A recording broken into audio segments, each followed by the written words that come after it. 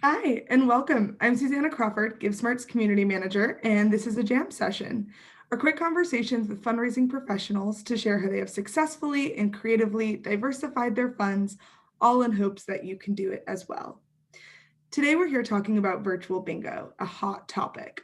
And this episode is especially exciting because we have the master of virtual bingo here himself, Dan Barnett, Senior Director of Development from Hyacinth Foundation. Dan, thank you so much for being here. Absolutely excited to be here. Great. And we'll get started with some rapid fire questions. Are you ready?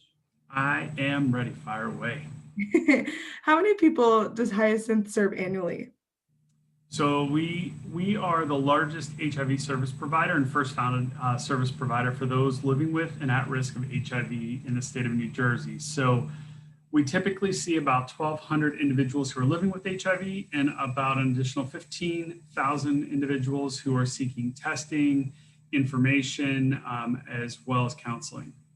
Incredible. And how many virtual bingo nights have you hosted and how many people typically attend?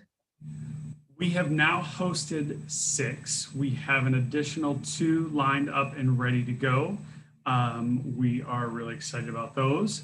We usually get around 25 to 40 people at each one. Our largest number was 100 people, so they do range.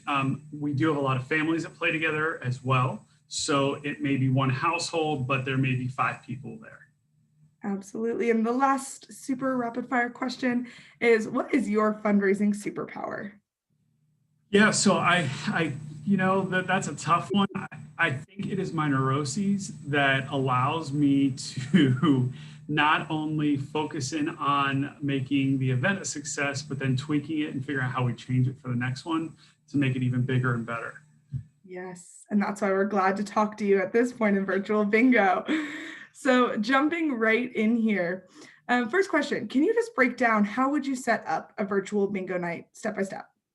Yeah, sure thing. It is been really helpful to use the GiveSmart platform. And yes, it's a pitch for them, but it's helpful to use the platform to be able to do registrations. As part of our registration, you not only can purchase your tickets or your additional cards, but you could also make a donation to the agency. So we received quite a few new donations that way.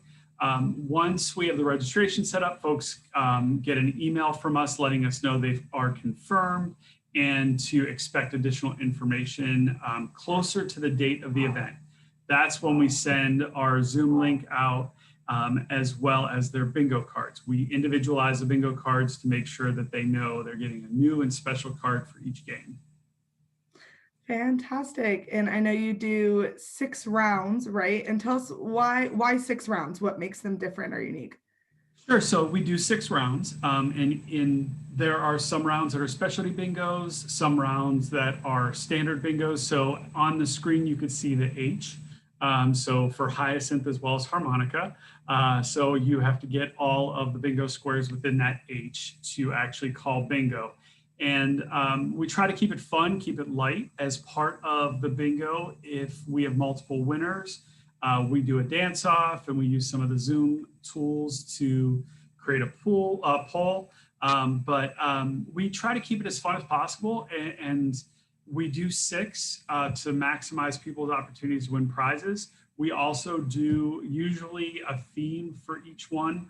And so for Valentine's Day, the person that came most decked out and excited about the holiday won a prize for that as well. Fantastic. And I can speak to the environment that you've been able to create. I was able to join one. Thank you so much for having me. And I had the time of my life recommending that everyone does something like this. So can you go into a little bit more detail? We'll see here a screenshot from Zoom, a little bit more about how you created this environment and how Zoom was really a tool in creating that. Sure. Let me just start with, you can use whatever platform you're comfortable with. We found that Zoom worked best for us. So we kick off the event where everyone is waiting kind of in a waiting room where we have a slide deck scrolling that provides information about the agency, as well as it shares what the prizes are for the night. And we have music playing in the background. We do have a DJ. It's one of our staff members. And then once we start the actual event, we do spotlight Harmonica Sunbeam, who is our drag performer and bingo caller extraordinaire. She is spotlighted, and then we'll share a spotlight when someone types into the chat box, "Yes, Queen," and they call bingo. So we utilize the chat box as much as possible throughout the night, so people will communicate with each other. We share all the bingo ball calls in the chat box as well. And again, people are muted throughout the event until they get one ball away. They type in "Yes, Queen," unmute themselves, and prepare to scream out bingo. The other piece of it too is the music makes a big difference. So we have people up and dancing throughout the night. We'll spotlight people who are dancing to the music or just hanging out and jamming and having a good time. So we try to use the Zoom tools that are in the background to highlight individuals who are having the most fun for the night. And again, as I mentioned, we use the poll function to let everyone who's participating vote on the best dancers, and those individuals actually win that bingo round if there's multiple winners. Yes, it was so fun, and I love being able to dance too. I would call it almost like a kiss cam, how you were able to spotlight people throughout your event. And it really makes it exciting to see yourself on screen and start dancing with the crowd. So fantastic job there. And I'll end with, what type of results have you seen through doing 6 of these? It's been great. So, much like every organization, we had to quickly figure out strategies to raise funds for the agency, as well as try to create some energy to keep people connected to us. We canceled 5 in-person fundraising events that were scheduled for the spring and into the fall last year. And so we knew we had to create something else that filled that void.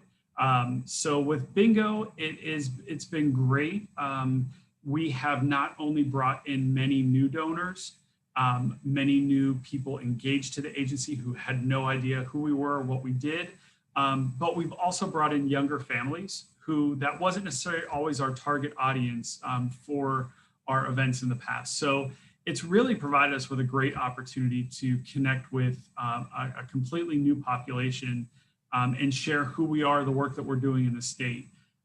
Financially, it has been a huge benefit to us. There's not a lot of overhead that goes into doing one of the bingos. It's paying Harmonica as well as paying for any of the prizes. We've had donations for prizes.